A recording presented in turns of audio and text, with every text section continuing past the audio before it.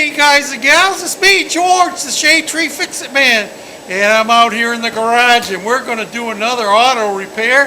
This time we're replacing the master cylinder on a 1989 Dodge minivan. Dodge Limited Grand Voyager. Woohoo! So anyway, here's the master cylinder right here, and I'm going to show you how to bleed it, and I'm going to show you two different ways to do it in one shot. Main reason being is I only have one of these adapters somewhere along the line in my kit. It looks like this. I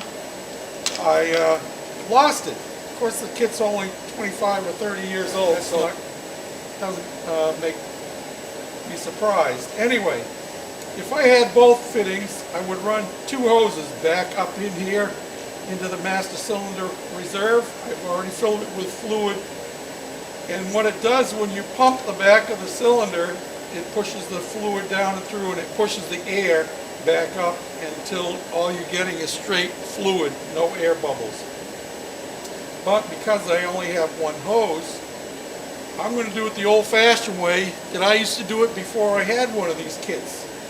And I'm going to tell my son to stand back because it gets a little bit messy. What you do is you hold your thumb over the hole, or a finger, and I used to do it with two fingers, and it's basically the same thing. You push it and you allow it to come out of there, and you'll see the fluid coming out and you'll see the bubbles coming out, and you just keep doing it till there aren't any more bubbles. So here we go. I don't know if you can see the bubbles coming out of there or not. Let me see if I can stick you right down in here. Oh yeah, this is going to work good. Working with the camera in front of me.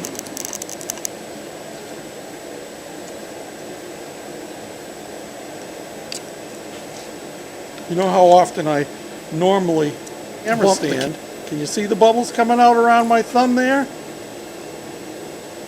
Solid fluid now. Push it in tight so it don't move. Watch again. See the bubbles coming out? Yep. Push my thumb back on tight. Release the pressure off of my thumb. Push it back on tight. I didn't see any bubbles that time. You see any bubbles that time? Hey, I can't hear you guys. I didn't hear you. Somebody tell me when there's no more bubbles. I don't see any bubbles. You see any bubbles? You see any bubbles, Chad? No bubbles. No bubbles.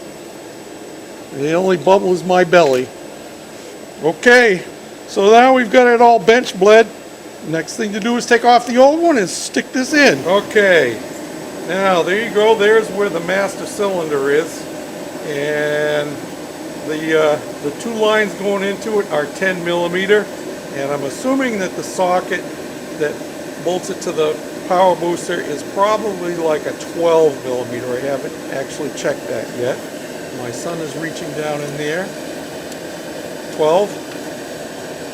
Okay, that'll work for that side. We're going to have to use a flex socket to get down underneath that wiring harness on the other side. Okay, so the best way to get down in there to get the mounting bolts is to use a flex deep well socket. I got a flex joint with a deep well 13 millimeter is what it takes, and that'll do this side, and it'll also do down underneath the wiring harness.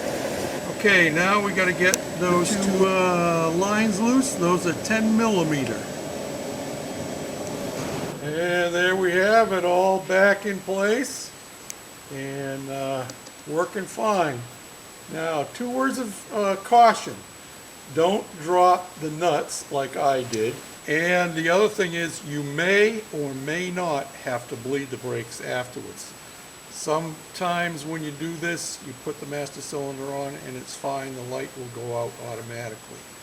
In this case here, light came on and we've had to bleed the brakes. So thanks for watching, and again, this is George, the Shade Tree Fix-It Man, saying, see you later. Bye.